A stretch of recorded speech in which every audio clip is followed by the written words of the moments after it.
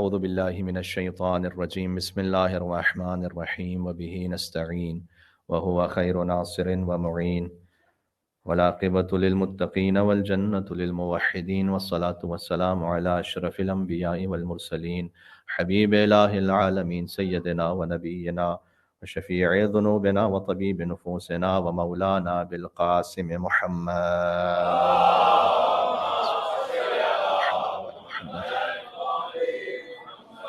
وعلى آله الطيبين الطاهرين المعصومين المظلومين المنتجبين المنتخبين الميامين سيما بقية الله في الأراضين.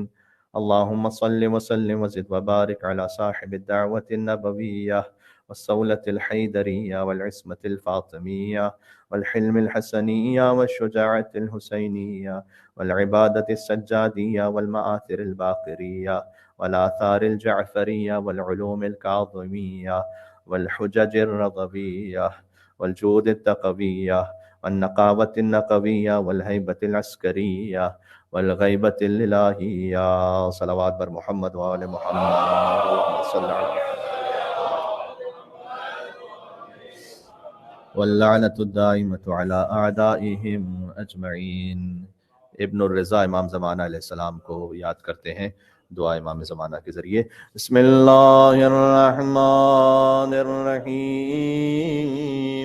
اللہم کن لولیک الحجة ابن الحسن صلواتک علیہ وعلى آبائه في هذه الساعة وفي كل ساعة ولي وحافظا وقائدا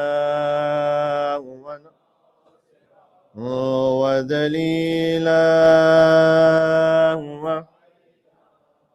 حتى تسكنه أرضك طوعا وتمتعه فيها طويلا. اللهم صل على محمد. آپ کی صلوات بلند تو ہے لیکن جتنی تعداد میں آپ موجود ہیں اس سے اور بلندر ہونی چاہیے انشاءاللہ.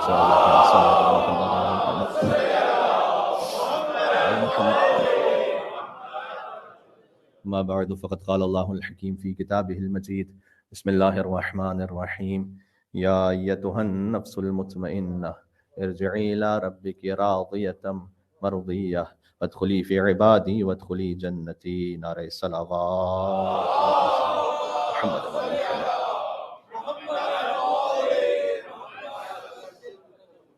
ذکر ان مولا کا ہے کہ جو بنص حدیث معصوم آسمانوں پر اللہ کی رضا ہیں اور زمین پر رسول اللہ کی رضا ہے. بقول عرفا جو انہوں نے حدیث سے استفادہ کیا ہے کہ امام رضا کو رضا فقط اس لیے نہیں کہتے کہ اللہ ان سے راضی ہے، بلکہ امام کو رضا اس لیے کہتے ہیں کہ جو اپنے آپ کو اللہ سے راضی کرنا چاہتا ہے وہ راضی ہو نہیں سکتا اللہ اس سے مگر یہ کہ بتوسط امام علی جن موسیٰ رضا علیہ السلام. یہ اس حدیث کی جانب بھی اشارہ ہے کہ حضور مکرم نے فرمایا تھا کہ ستدفن بضعۃ منی، ان قریب دفن ہوگا میرے وجود کا ایک ٹکڑا فی خراسان، خراسان میں. بضعۃ منی کی تعبیر یا فاطمہ زہرا کے لیے ہے یا علی بن موسیٰ رضا کے لیے. سبحان اللہ. اللہم صل علی محمد و محمد.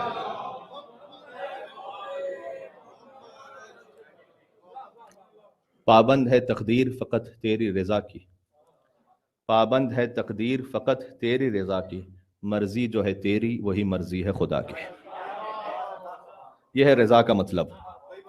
امام رضا بھی ہیں، مرتضیٰ بھی ہیں، صدیق ہیں، شہید ہیں.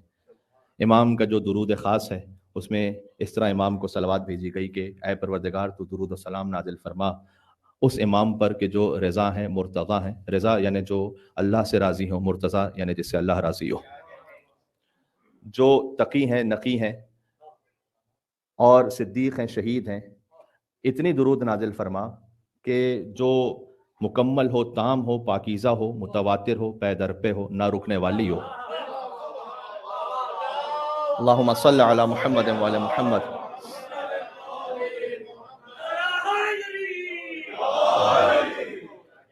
جشن امام رضا علیہ السلام ہے ایک الگ ہی بالیدگی اور ایک الگ ہی روح میں کیفیت ہے، اس لیے کہ امام رضا علیہ السلام کی رافت حسی ہے.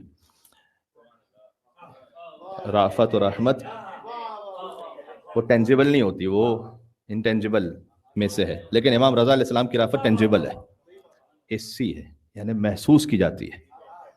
خاص طور پر جو حرم علی جن موسیٰ رضا علیہ السلام سے ہو کر آیا ہے وہ اس بات کی گواہی دے گا. امام رضا علیہ السلام کی زیارت 1 ملین حج کے برابر ہے. یہ حدیث دیکھ کر پڑھ رہا ہوں ابھی خدمت میں. یا علی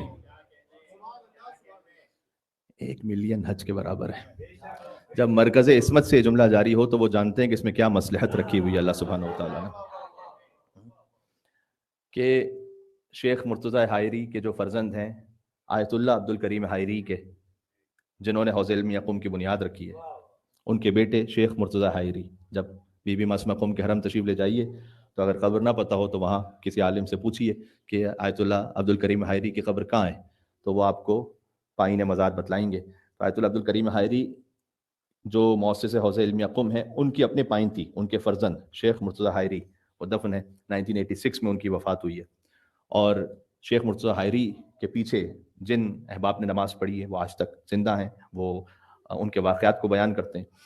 تو وہ یہ کہتے ہیں کہ شیخ مرتضی حائری وہ بہت زیادہ اس بات کے طلبگار رہتے تھے کہ وہ امام رضا علیہ السلام کی زیارت کو بار بار پہنچے.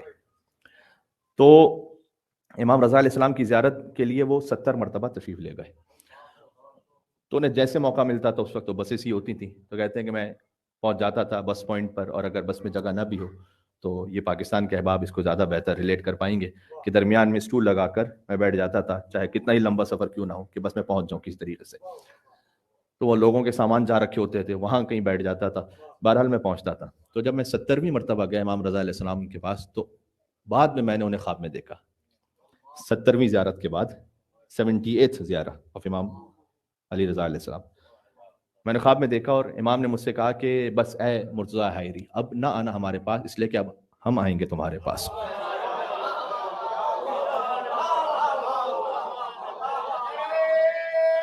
ہاں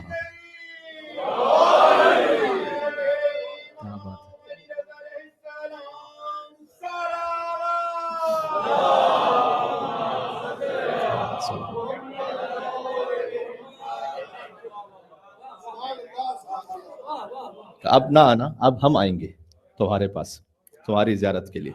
بارہا اس ممبر سے بات کو عرض کر چکا ہوں کہ اپنے پلان میں رکھیں، اپنے شیڈیول میں رکھیں کہ آپ سال میں 1 مرتبہ، نہ ہو سکے توفیق 2 سال میں 1 مرتبہ تشریف لے جائیے، اپنے بچوں کو لے جائیے زیارت علی ابن موسیٰ رضا علیہ السلام پر، زیارت کربلا پر.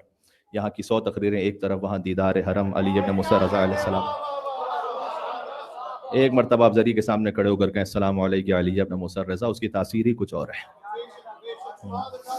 ملائکہ کی رفت و آمد کی جگہ ہے، مختلف الملائکہ وہاں پر. تو شیخ مرتضی حائری یہ کہتے ہیں وہ اس میسج کو سمجھ گئے، اور وہ جب قم تشریف لائے تو انہوں نے اپنے ایک عزیز سے یہ کہا کہ اب میں مشہد نہیں جاؤں گا. تو انہوں نے تعجب سے کہا کہ آپ تو ہر چھوٹی فرصت میں مشہد پہنچ جاتے ہیں، تو کیوں نہیں جائیں گے؟ کہ اس لیے کہ امام رضا علیہ السلام کی جانب سے ایک میسج آیا ہے، اور وہ یہ ہے کہ اب انہوں نے یہ فرمایا ہے کہ میری موت کا وقت قریب ہے، میں اس سے یہ سمجھتا ہوں، اور اب انشاءاللہ مجھے مولا کا دیدار ہونے والا ہے. اور اسی سال وہ دنیا سے رخصت ہو گئے. اور ان کے ایک عزیز نے پھر انہیں عالم خواب میں دیکھا تو پوچھا کہ کیا گزری آپ پر قبر میں؟ تو انہوں نے کہا کہ جتنی مرتبہ میں مولا رضا کی زیارت پر گیا، ہر زیارت کے بس 3 مرتبہ مولا رضا اسلام میری زیارت کو میری قبر میں تشریف لائے. یہ حدیث فقط امام رضا علیہ السلام کے لیے ہے کہ جو 1 مرتبہ ان کی زیارت پر جائے، 3 مرتبہ امام رضا اس کی زیارت پر آئیں گے. یہ حدیث حتیٰ یہ ہے کہ کربلا کی زیارت جو اتنی عظیم الشان زیارت ہے، لیکن آپ کو حدیث مشہد کے لیے ملے گی کہ جو امام کی زیارت پر جائے تو 3 مرتبہ امام رضا علیہ السلام ہر زیارت کے عوض اس کی زیارت پر آئیں گے. موت کے وقت منکر نکیر کے سوال و جواب کے وقت، اور پھر صراط پہ انشاءاللہ مولا تشریف لائیں گے۔ لیکن مرزا حائری نے یہ فرمایا کہ 3 مرتبہ مولا رضا قبر ہی میں میری زیارت کے لیے آئے اور مجھے دیکھنے کے لیے تشریف لائے۔ یہ ہے رافت امام رضا علیہ السلام، جو میں کہہ رہا تھا نا ٹینجیبل ہے، حسی ہے، اس کی ایک دلیل یہ ہے جی۔ تو امام کی پھر رافت و رحمت، اس میں کتنے ہی واقعات حتیٰ جانوروں کے پیش کیے جائیں۔ ضامن آہو تو امام کا لقب بھی ہے، ہرنی کو بچانے والے شکار سے، اور حتیٰ ایک چھوٹے سی پرندے چڑیا کا واقعہ ملتا ہے کہ امام رضا علیہ السلام تشریف فرما ہیں اور ایک اس پرندے نے خاص قسم کی آواز میں امام کو پکارنا شروع کیا، اور امام کے پاس سلیمان ابن جعفر موجود ہے، تو امام نے کہا جلدی سے جاؤ، وہ ہمیں مدد کے لیے پکار رہی ہے، اس لیے کہ اس کے نیسٹ پر ایک سانپ نے حملہ کیا ہے، تو جاؤ اور اسے جا کر بچاؤ۔ تو یہ میں آپ کو ایک خلاصہ عرض کر رہا ہوں کہ امام علیہ السلام مدد کرنے میں عالم الغیب و شہادہ بھی ہیں باذن پروردگار۔ یہ بات واضح ہوئی آپ کے لیے کہ میں نے کیا عرض کیا؟ صلوات بھیجتے ہوئے آگے آئیے گا، وہاں تک مومنین ہو چکے، تھوڑا سا آگے آ جائیے گا، تھوڑا سا آگے، ایک ایک قدم آگے۔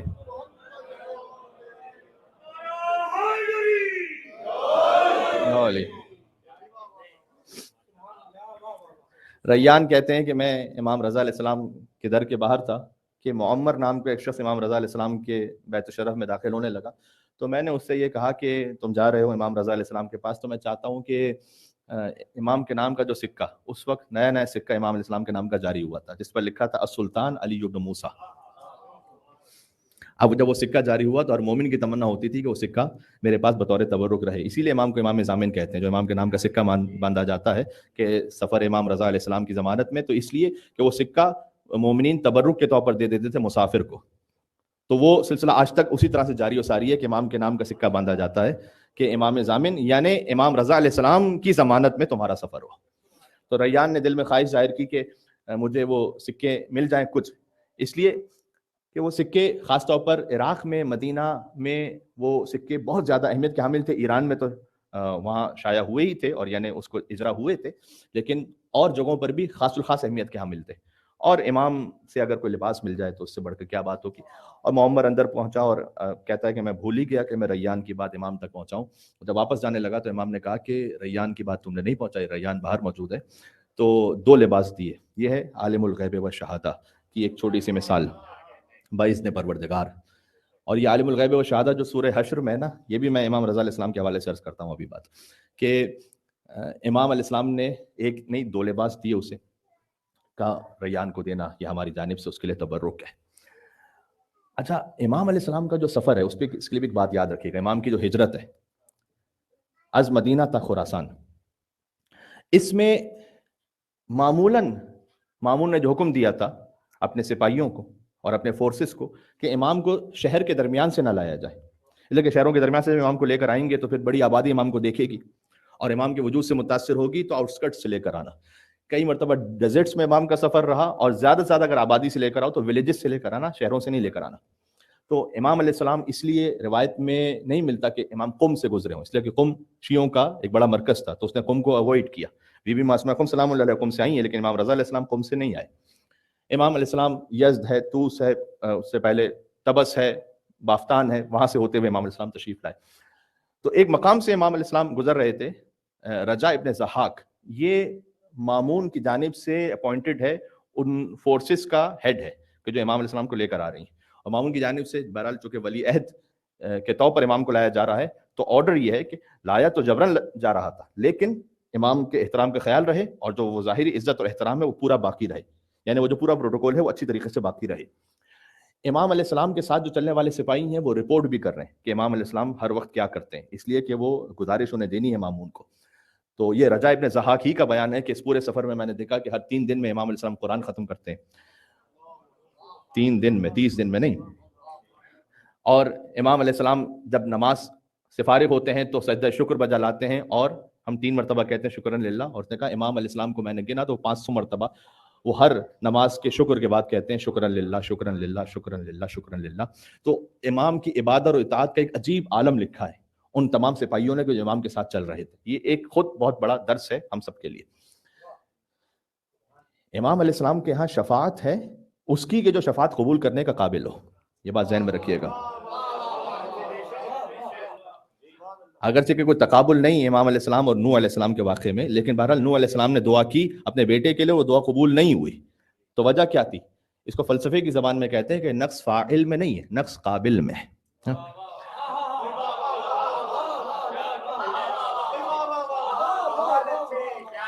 جس کو میں سادہ الفاظ میں کہوں کہ نقص عطا کرنے والے میں نہیں ہے، نقص وصول کرنے والے میں. تو حضرت نوح علیہ السلام کی دعا بھی ان کے بیٹے کے حق میں قبول نہیں ہو رہی.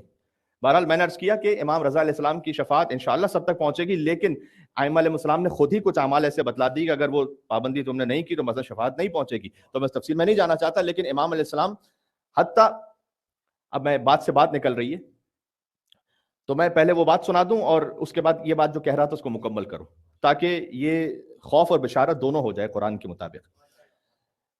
امام کے ایک صحابی ہیں جن کا نام ہے بزنتی، با اور زا نون طا چھوٹی ہے، بزنتی مشہور صحابی امام کے. اور بزنتی تشریف لائے ہیں مدینہ میں روضہ رسول کی زیارت پر. تو امام علیہ السلام کے لیے پہنچے کہ امام سے میں ملاقات کروں، تو پتہ چلا امام قریظ میں ہے، مدینہ کے آؤٹسکٹ میں ایک جگہ پر. اچانک رات کے وقت ایک سواری آئی اور جو شخص سواری کو لے کر آیا تھا اس نے کہا کہ میں امام رضا علیہ السلام کا قاصد ہوں، امام نے تمہیں بلایا ہے. اس نے کہا میں اپنی سواری پر آتا ہوں. امام کہا نہیں، امام نے سواری بھیجی. ایک مرتبہ یہ ہے کہ امام بلائیں، ایک مرتبہ سواری بھیج کے بلائیں.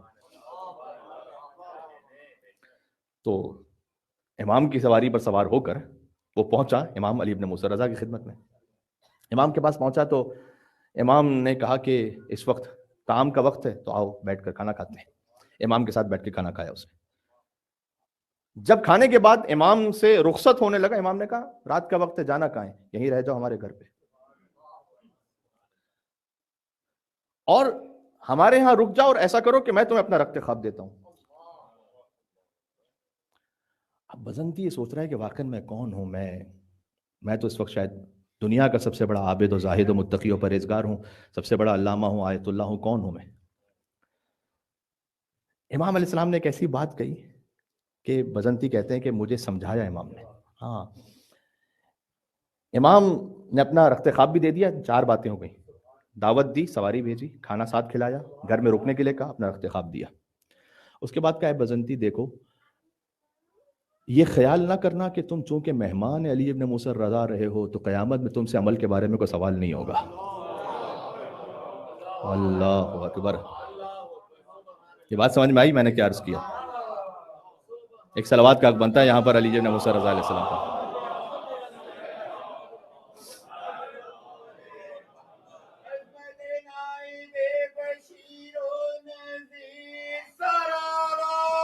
اللہم صلی علی محمد و علی محمد.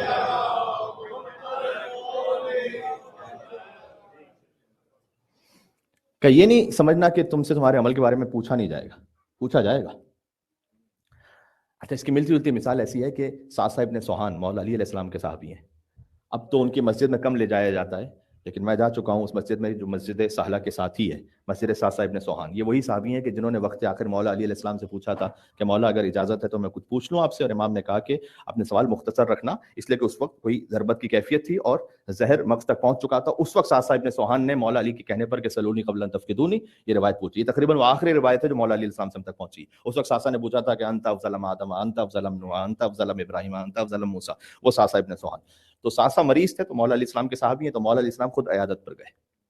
اور عیادت پر جب مولا علی پہنچے تو اس وقت عیادت سے جب واپس پلٹنے لگے مولا، تو مولا نے ساسا کو مخاطب کرتے ہوئے کہا کہ ساسا، چونکہ علی تمہاری عیادت پر آیا ہے، اس بات کو لے کر دوسروں پر فخر اور غرور ظاہر نہیں کرنا.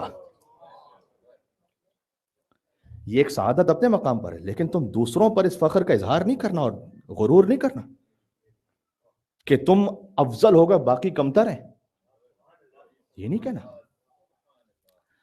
کیا مزاج ہے واقعی، امامت کا کیا مزاج ہے. اچھا، امام علیہ السلام اس سفر سے گزر رہے ہیں، لے آؤں آپ کو سفر پر.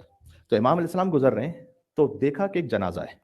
اب اللہ سبحانہ و تعالیٰ واقعی جو خط امام پر زندگی گزار رہا ہو تو پھر امام وقت کو بھی ہزاروں کلومیٹر دور اس کے جنازے پر پہنچاتا ہے امام. روایت کا جملہ یہ ہے کہ امام علیہ السلام جنازے پر بڑھے آگے، یلوذ بہ کما تلوذ الصخلہ بامھا، کہ امام نے اس جنازے کو ایسے گود میں لیا کہ جیسے بکری اپنے بچے کو گود میں اٹھا لیتی ہے، ایسے سینے سے لگایا امام نے، اور سینے سے لگا کر رکھا اس جنازے کو، اور پھر امام نے اس کی جنازہ کو پڑھا اور اس کو قبر میں خود اتارا۔ تو امام کے ساتھ جو چلنے والے تھے انہوں نے کہا کہ مولا ہم تو یہ جانتے ہیں کہ آپ ایران میں پہلی مرتبہ تشریف لائیں، تو آپ نے اس کے ساتھ جو یہ خاص سلوک کیا یہ کیوں ہے؟ امام نے کہا کہ میرے جد نے ارشاد فرمایا ہے کہ ہم شیعوں کے اعمال، ہمارے شیعوں کے اعمال ہفتے میں 2 بار ہماری خدمت میں پیش ہوتے ہیں، یاد رکھو یہ ہمارا وہ خاص الخاص شیعہ ہے کہ جس کے اعمال جب ہمارے پاس پہنچے تو ہم اس سے راضی تھے۔ آج اس کی موت ہوئی ہے، اللہ سبحانہ و تعالیٰ نے مجھے اس کے جنازے پر پہنچایا ہے۔ آپ کا انتقال آسٹریلیا میں ہو، میلبرن میں ہو، دنیا میں جہاں کہیں پر بھی ہو، اگر خط امام علیہ السلام پر ہے تو اللہ سبحانہ و تعالیٰ آپ کے زمانے کے امام کو آپ تک پہنچائے گا۔ امام کی غیبت کے زمانے میں ہم ان کا دیدار کر سکیں، ان کی زیارت کر سکیں، نہ کر سکیں یہ الگ بات ہے، لیکن امام کی خاص نظر رحمت شامل ہوگی اگر خط امام پر ہے تو۔ اور بالخصوص کثیر تعداد میں یا سادات کرام تشریف فرما، خود امام رضا علیہ السلام سے پوچھا گیا تھا کہ مولا یہ بتلائیے گا کہ کیا سادات کو دیکھنا عبادت ہے، اور اللہ اکبر کیا فقط براہ راست جو امام ذات ہیں ان کو دیکھنا عبادت ہے، یا قیامت تک ہر جو سید ہے اس کو دیکھنا عبادت ہے؟ امام نے کہا کہ النظر الی جمیع ذریۃ النبی عبادہ۔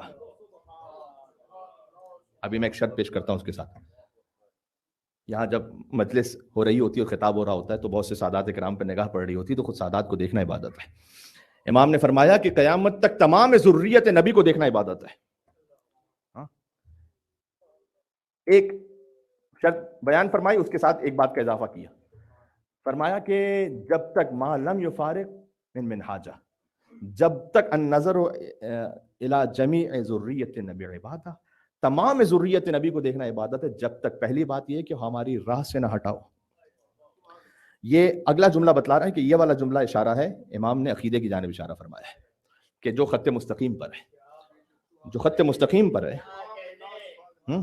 جو ہماری راہ سے جدا نہیں ہوا ہے، جو علی ولی اللہ و وسیع رسول اللہ و خلیفۃ بلا فصل کا کہنے والا ہے،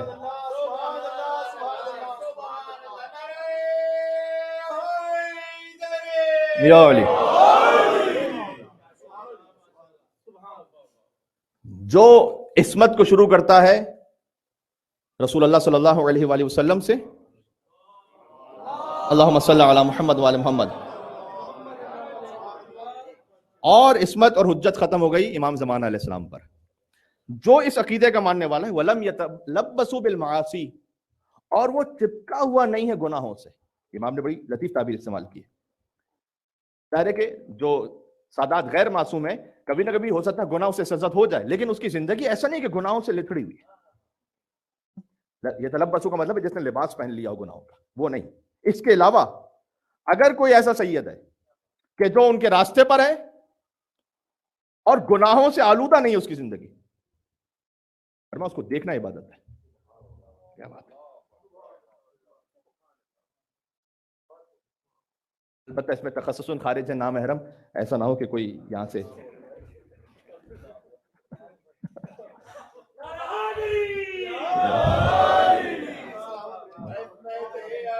مولانا نے کہا کار ثواب ہے۔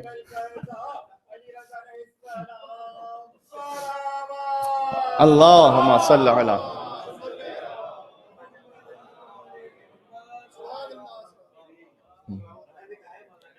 جی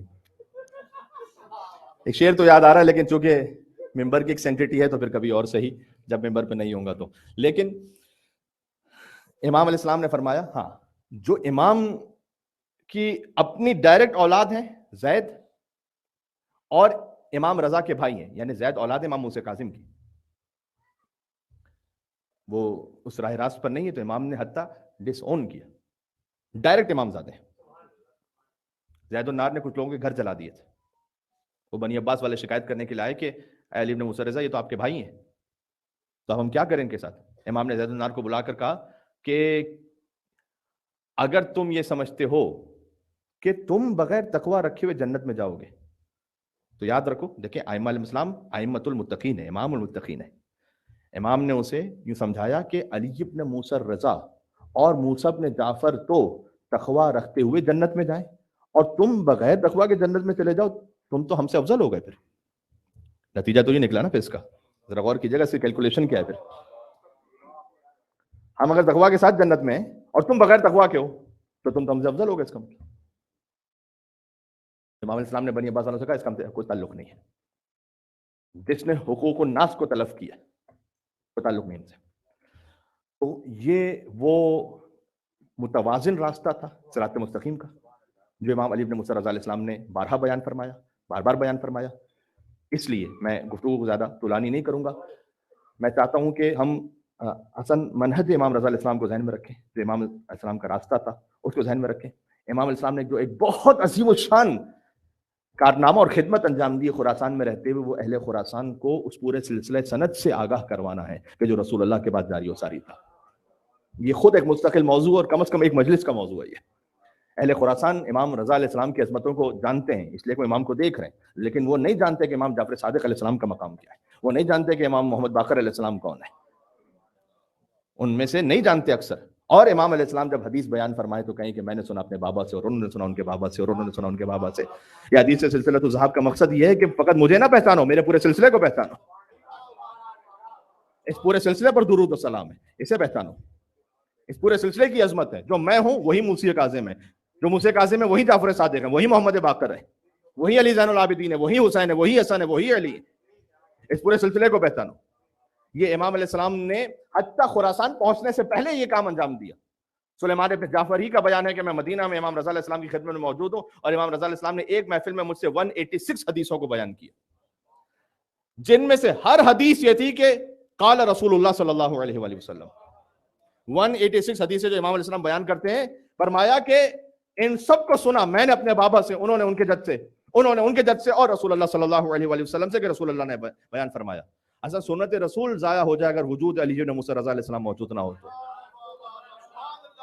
لوگوں کو نماز پڑھنا نہ آئے, وضو کرنا نہ آئے, اگر سیرت علی بن موسیٰ رضی علیہ السلام موجود نہ ہو. جس خالص طریقے سے امام علی بن موسیٰ رضی علیہ السلام نے پہنچایا ہے. ایک اور بات عرض کر دوں, اور اسی وجہ سے یہ بہت زیادہ اہم ہے, بہت اہم نقطہ پیش کرنے لگا ہوں, اس لیے کہ یہ جو پورا سلسلہ ہے, جب امام علیہ السلام نے یہ سمجھا دیا تو یاد رکھیے گا کہ جو جشن امام رضا علیہ السلام میں شریک ہے, وہ اس بات کی اس کے لیے ضمانت ہے کہ وہ اثنا عشری شیعہ ہے.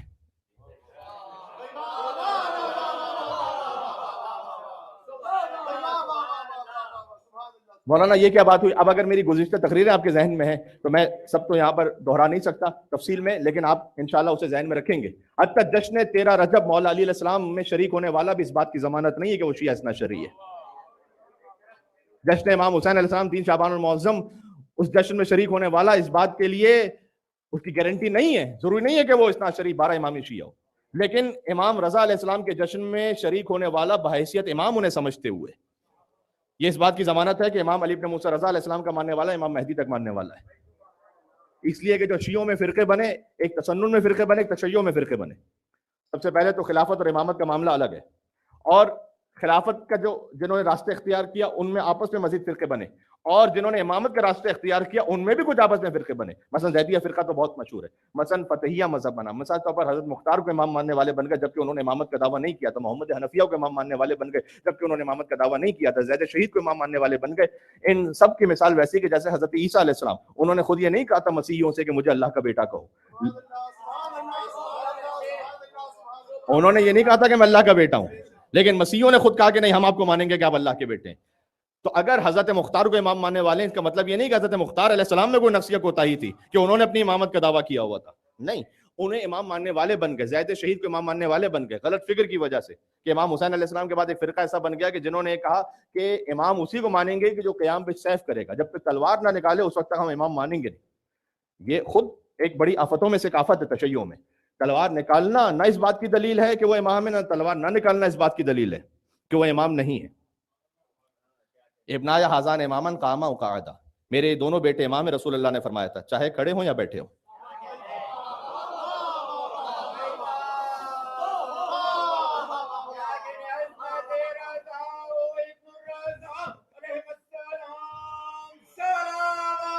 اللہم صلی علی محمد و علی محمد. حسن اور حسین دونوں امام ہیں. حسن سلو کر کے بیٹھ جائیں تب بھی امام, حسین جنگ کرنے کے لیے اٹھیں تب بھی امام. امامت میں اٹھنا بیٹھنا ہمارے مزاج کے مطابق نہیں ہے، حکم پروردگار سے.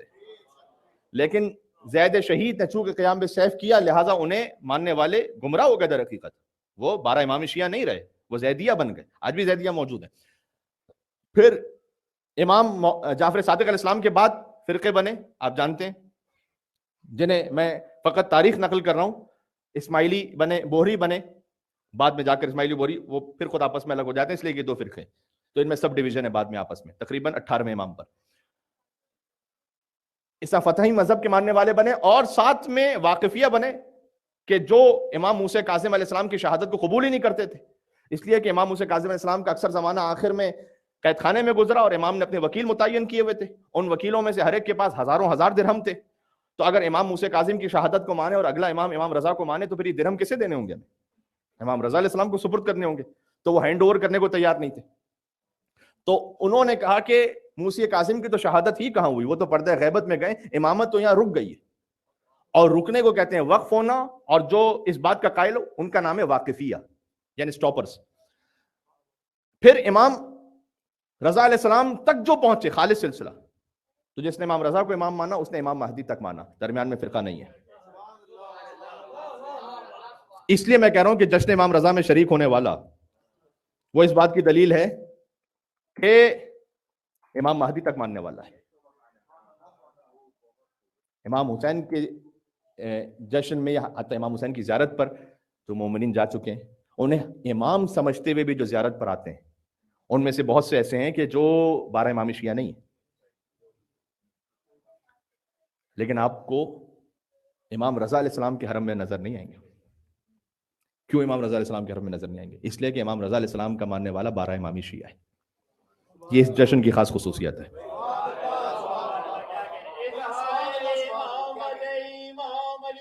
سبحان اللہ. اللہم صلی علی محمد و علی محمد.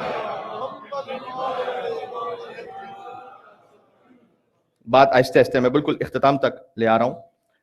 امام رضا علیہ السلام اس لیے خاص امام کی زیارت کے لیے بھی یہ تاکید ہے کہ ایک اعتبار سے امام رضا کی زیارت تمام ائمہ کی زیارت سے افضل ہے، حتی کربلا کی زیارت سے بھی.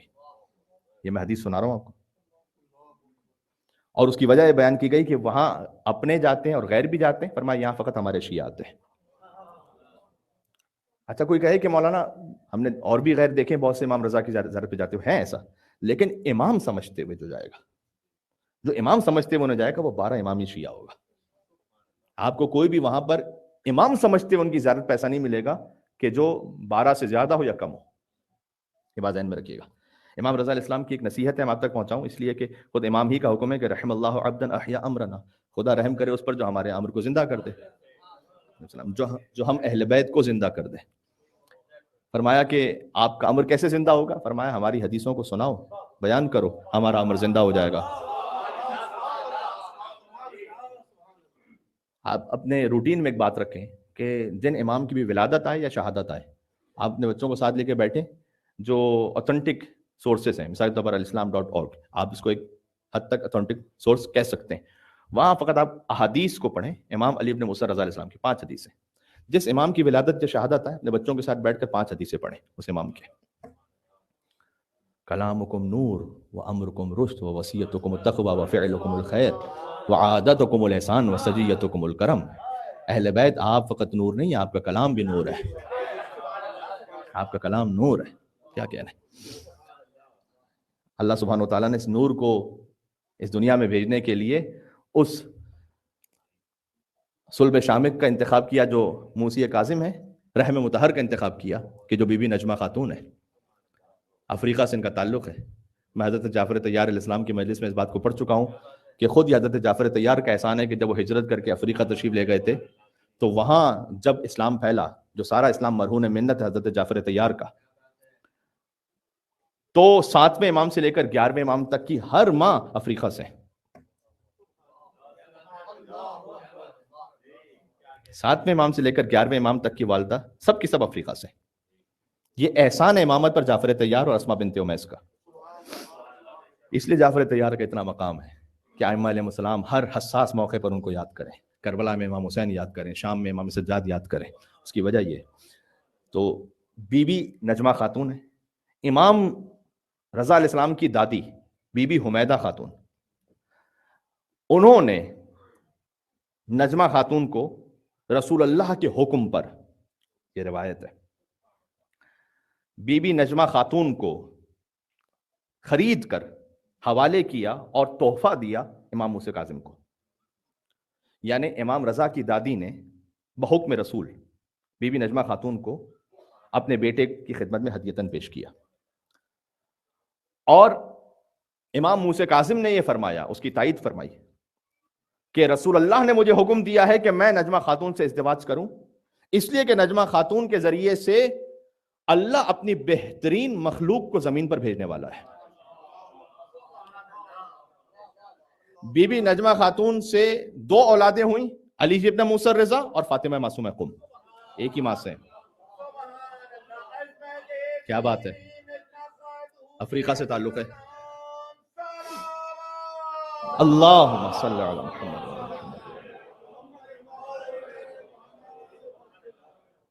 ناموں کی ترتیب ذرا غور فرمائیے گا. بی بی کا نام نجمہ ہے. جب ازدواج ہوا امام موسیٰ کاظم سے، اس وقت انہوں نے نام رکھا تکتم. تکتم یعنی وہ کہ جس میں خاص راز چھپا ہوا ہے، کتمان سے ہے یہ. جس راز کو خاص چھپایا گیا ہے، یعنی اس میں خاص امر ہے جو اللہ سبحانہ وتعالیٰ نے پوشیدہ رکھا ہے. نام تھا نجمہ. امام موسیٰ کاظم نے ازدواج کے نام کے وقت نام رکھا تکتم. جب امام رضا کی ولادت ہو گئی تب نام رکھا طاہرہ. 3 نام ہے. ولادت کے بعد نام رکھا گیا طاہرہ. یہ خود ایک عجب راز ہے. خاتون کی کیا ولادت ہو جائے پھر انہیں طاہرہ قرار دیا جائے. کیا شان ہے علی ابن موسیٰ رضا علیہ السلام کے. ہائے ہائے ہائے یا علی. اور بی بی طاہرہ اور تکتم اور بی بی نجمہ خاتون، یہ ایک ہی نام ہے. تین نام ہیں ایک ہی خاتون کے.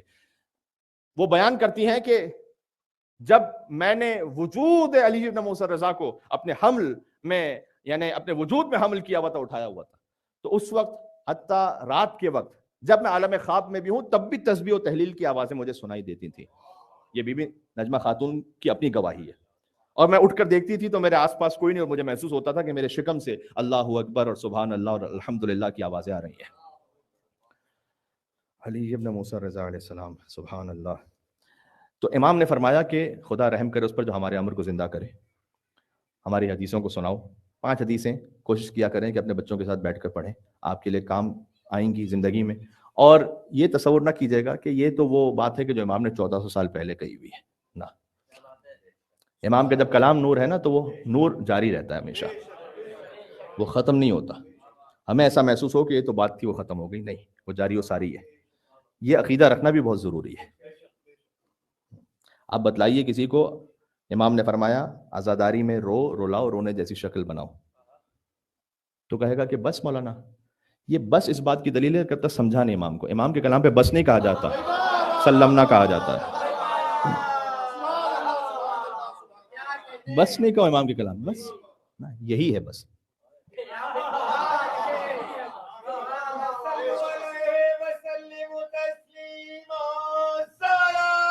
اللہم صلی علی محمد.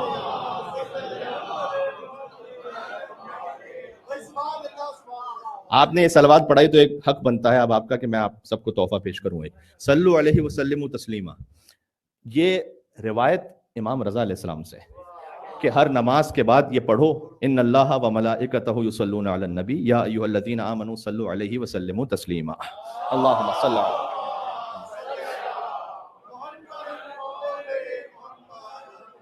کام تو یہ ایران اور عراق میں ہوتا ہے، اور ہمارے ہاں بھی الحمدللہ یہ اہتمام ہے کہ ہر نماز کے بعد ہم فوراً ہی اس آیت درود کو پڑھتے ہیں. شاید معلوم نہ ہو مومنین کو کہ یہ حکم کس امام کا ہے. یہ حکم امام رضا علیہ السلام ہے. پھر امام نے فرمایا کہ اس آیت کو پڑھو، اس کے بعد درود بھیجو. جس حاجت کی نیت سے اس آیت کو پڑھ کے درود بھیجو گے اللہ اس حاجت کو پورا فرما دے گا. کیا کہنے، سبحان اللہ. اچھا، امام علیہ السلام نے ایک حکم یہ دیا ہے جو میں سمجھتا ہوں بہت ضروری ہے، بالخصوص اس ماڈرن لائف میں جس میں ہم زندگی گزارے. احسن الظن باللہ. امام نے کہا کہ اللہ سے ہمیشہ حسن ظن رکھو.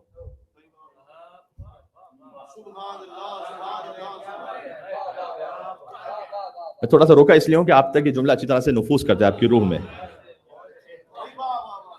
امام فرما رہے ہیں اللہ سے حسن ظن رکھو. حسن زن دو جگہ بہتر ہے، ایک جگہ سوء زن بہتر ہے۔ ارے مولانا ہم نے تو کبھی سنا ہی نہیں کہ سوء زن بھی رکھنا چاہیے۔ جی، دو جگہ حسن زن بہتر ہے، ایک جگہ سوء زن بہتر ہے۔ حسن زن کہاں بہتر ہے؟ میں بچوں کے لیے کہہ دوں تاکہ بچے سمجھ جائیں اور ساتھ میں ریلیٹ رہیں۔ حسن زن یعنی اچھا خیال رکھنا، سوء زن یعنی برا خیال رکھنا۔ برا خیال رکھنا بھی کبھی بہتر ہے، وہ کب بیاس کرتا ہوں۔ حسن زن دو جگہ بہتر ہے، اللہ کے لیے، دوسروں مومنین کے لیے حسن زن رکھنا بہتر ہے۔ سوء زن ایک جگہ بہتر ہے، اپنے نفس کے لیے۔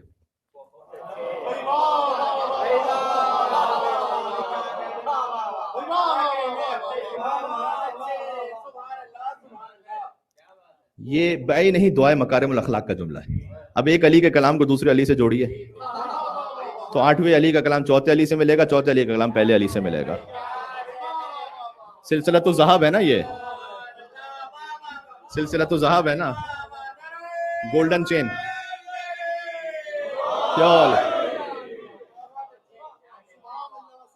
مکارم الاخلاق میں امام علیہ السلام فرماتے ہیں کہ پروردگار تو درود نازل فرما محمد اور آل محمد علیہ السلام پر، اور میرے درجے کو بڑھا دے لوگوں کی نگاہوں میں، مگر ساتھ ہی جتنا تو نے اس درجے کو بڑھایا ہے اتنا ہی میرے نفس میں اس درجے کو میری نگاہ میں گرا دے۔ عجب دعا امام کی۔ اسی سے متصل آگے مثلہ کا لفظ ہے، فرمایا کہ اور پروردگار تو میری عزتوں میں اضافہ فرما لوگوں کی نگاہوں میں، اور ساتھ میں جتنا تو نے عزتوں کو میری بڑھایا ہے میرے نفس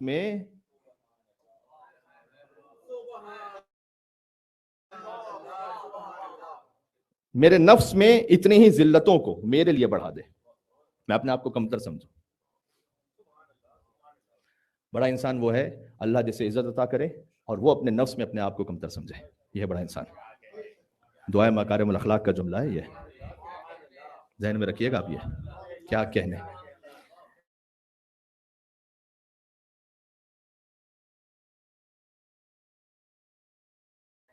امام نے کہا احسن الظن باللہ، اگر میں نے دعا مانگی ہے تو انشاءاللہ ہو جائے گی۔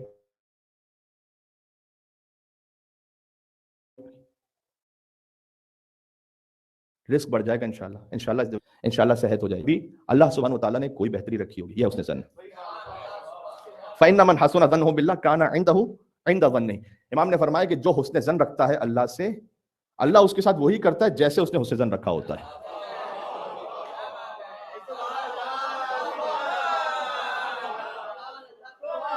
کیا کہنے، کیا کہنے۔ سبحان اللہ۔ اللہم صلی علی محمد و محمد۔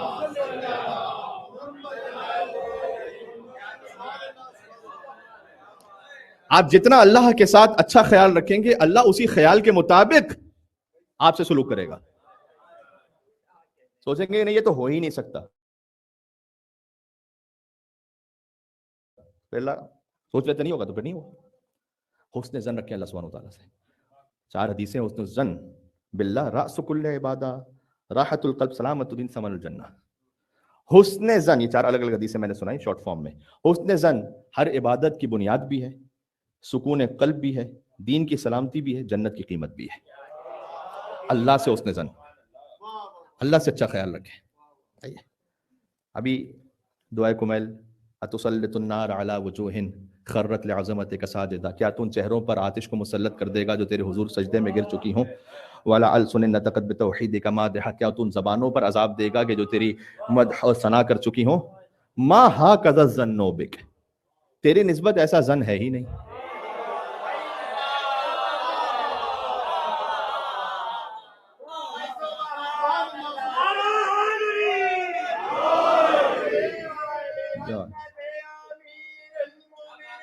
کیا بات ہے۔ اللہم صلی علی محمد و علی محمد۔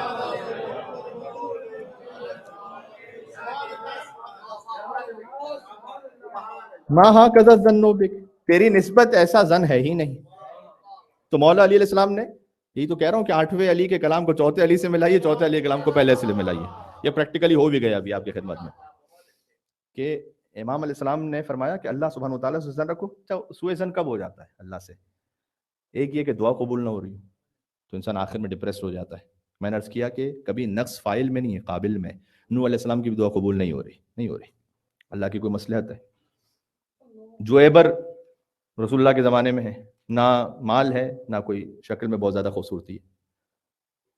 اب ایک مرتبہ ہوتا ہے نا کہ مال ہے لیکن خوبصورتی نہیں ہے، چلے کام بن جاتا ہے. ایک مرتبہ ہے کہ خوبصورتی ہے مال نہیں، پھر بھی کام بن جاتا ہے. ایک مرتبہ نہ مال ہے نہ خوبصورتی ہے، تو کیا ہو. جویبر نے آ کے رسول اللہ سے کہا کہ یا رسول اللہ میں کوئی مجھ سے شادی کرنے کو تیار نہیں ہے، نہ میرے پاس مال ہے نہ کوئی ظاہری شکل و صورت ہے، تو آپ میرے کو ازدواج کا اہتمام کیجیے گا. تو رسول اللہ نے بھیجا ایک گھر پر، کہا میرے وہ فلاں صحابی ہے، اس کی ایک بیٹی ہے، باپ سے جا کر کہو کہ محمد نے بھیجا صلی اللہ علیہ وآلہ وسلم کہ میں تم سے ازدواج کرنا چاہتا ہوں. جویبر پہنچے. غور کیجئے گا، ابھی آپ کی ایکسپیکٹیشن یہ ہے کہ ان صحابی نے تو کہا ہوگا کہ جی رسول اللہ نے بھیجا تو کیوں نہیں. نو، انہوں نے منع کر دیا. کوئی اچنبے کی بات نہیں ہے. تو پاسبل ہے رسول اللہ احد میں بلاتے رہتے تو نہیں آئے تھے، تو پاسبلٹی ہے. میں آپ کو جویبر کا جملہ سنانا چاہ رہا ہوں. کبھی آپ کی ایک ایکسپیکٹیشن ہے، آپ جویبر کتنا سوچ کے گئے ہوں گے کہ رسول اللہ نے کہا ہے تو پھر تو یہ 100% میرا نکاح کنفرم ہے. جویبر نے کہا کہ ان تزوجونی فالحمدللہ وان تمنعونی اللہ اکبر. اگر تم میرا ازدواج کر دو تو اللہ کا شکر ہے، ازدواج نہ کرو تو اللہ بڑا ہے.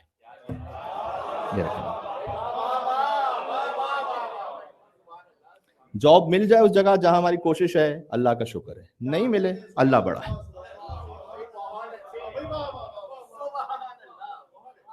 جو بزنس میں سوچ رہا تھا مجھے حاصل ہو جائے، الحمدللہ. نہیں ہوا، اللہ بڑا ہے. یہ جملے کو جو نا گولڈن ورڈز کے ساتھ لکھوا کے رکھیں اپنے پاس. نعمت حاصل ہو جائے اللہ کا شکر، نہیں حاصل ہو اللہ اکبر، اللہ بڑا ہے. رسول اللہ نے ایک مصلحت کے ساتھ بھجوایا تھا. کیا رسول اللہ نہیں جانتے تھے؟ اب ایک معاملے کو حل کرنا چاہتے تھے رسول اللہ. جویبر نے آ کے کہا یا رسول اللہ دے ریفیوزڈ. تو رسول اللہ نے کہا صبر کرو تھوڑا.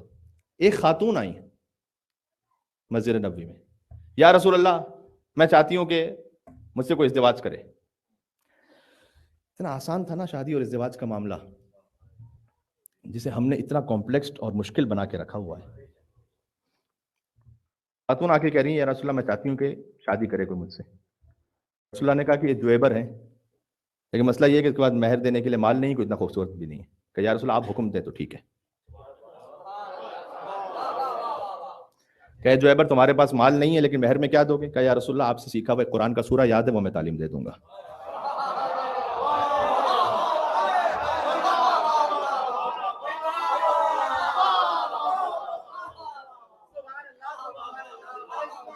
کیا بات ہے. اللہم صلی.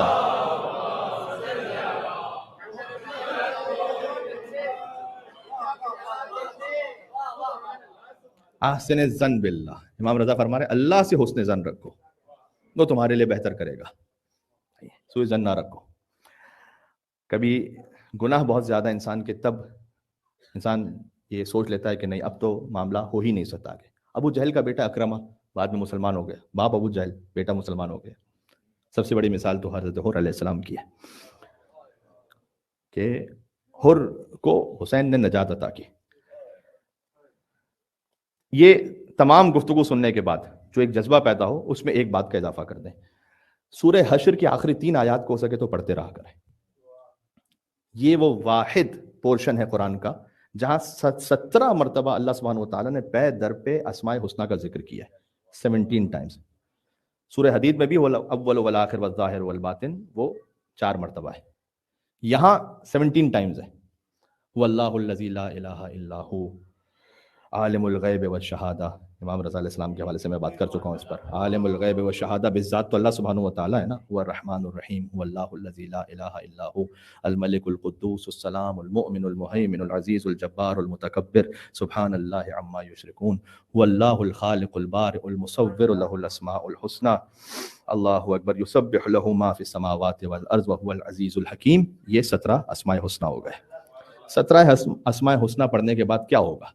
حدیث میں ہے کہ جو صبح و شام ان اسماء کی تلاوت کرے اللہ اس کے دل میں خود بخود امید ایجاد کر دے گا اللہ سبحانہ و تعالیٰ کے لیے، اس نے زن خود بخود پیدا ہو جائے گا.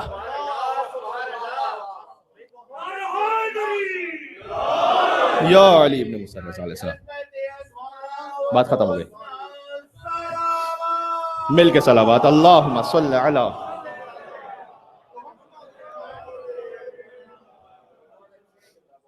گفتگو ذہن میں رہے گی انشاءاللہ آپ کی. اللہ عز و جل آپ کو امام علی ابن موسیٰ رضا علیہ السلام کی زیارت و شفاعت سے بہرمند فرمائے. امام رضا علیہ السلام کے صدقے میں اللہ سبحانہ و تعالیٰ کو ہم سے راضی و خوشنود فرمائے، اور امام کے حرم مطہر میں پہنچ کر امام کی زیارت و زیارت جامع کبیرہ اور زیارت امین اللہ پڑھنے کی توفیق عطا فرمائے. سعید من والاکم، اے امام رضا، کامیاب وہ ہے جو آپ سے موالات رکھے، وہ حامل سعادت ہے. وَهَلَكَ مَنْ عَادَاكُمْ، جو آپ سے عداوت رکھے وہ باعث ہلاکت ہے اس کے لیے یہ عداوت. تو پروردگار انشاءاللہ اس عقیدے کو جاری و ساری فرمائے. غفاری نام کا ایک شخص ہے، امام رضا علیہ السلام کے پاس آیا ہے. امام سے میں نے کہا بھی اللہ کی جانب سے عالم الغیب و شہادہ ہے. تو میں امام کے توسل سے پہلے جملہ کہہ دوں آپ کی خدمت میں، اور امام پہ صلوات خاصہ سے پہلے. غفاری کہتا ہے کہ مجھ پر 28 دینار کا ایک بہت بڑا قرض ہے. 28 دینار تقریباً ہوتے 280 درہمز، سلور کوئنز 280. تو وہ بہت زیادہ تھا. امام کے پاس پہنچا میں، تو امام کی خدمت میں جب پہنچا تو رمضان تھا. امام نے کہا کہ اس نے کہا مولا ایک بات کرنے آیا. امام نے کبھی نماز کا وقت ہے، مغرب کا وقت ہو چکا تھا، نماز پڑھتے ہیں. امام کے ساتھ میں نے نماز پڑھی. پھر میں نے امام سے کہا کہ میں آپ سے ایک بات. امام نے کہا روزہ نہیں رکھا کیا؟ کہا رکھا ہے مولا، افطار کرتے ہیں، آ جاؤ ساتھ میں. افطار کیا، اور افطار ختم ہونے کے ساتھ ہی امام رضا علیہ السلام نے مجھ سے پوچھا کہ وہ مدینہ کا جو گورنر ہے ابن مسیب، اس کا کیا حال ہے؟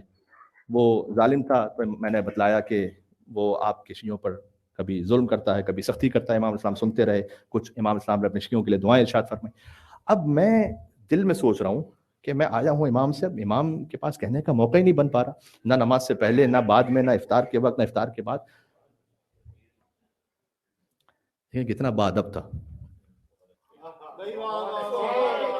بادب ہے.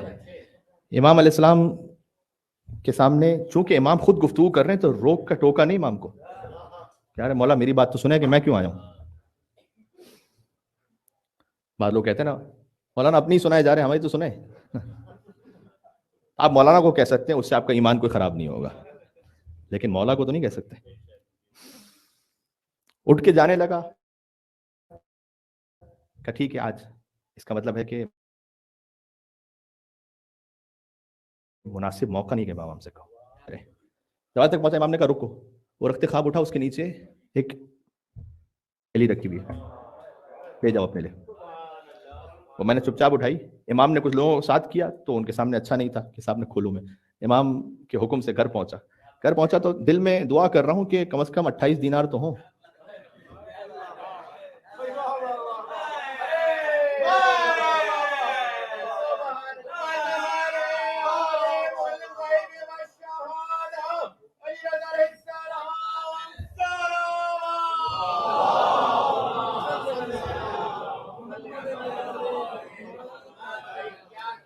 اچھا اس میں 28 دینار نہیں ہے، ذرا سوچئے گا.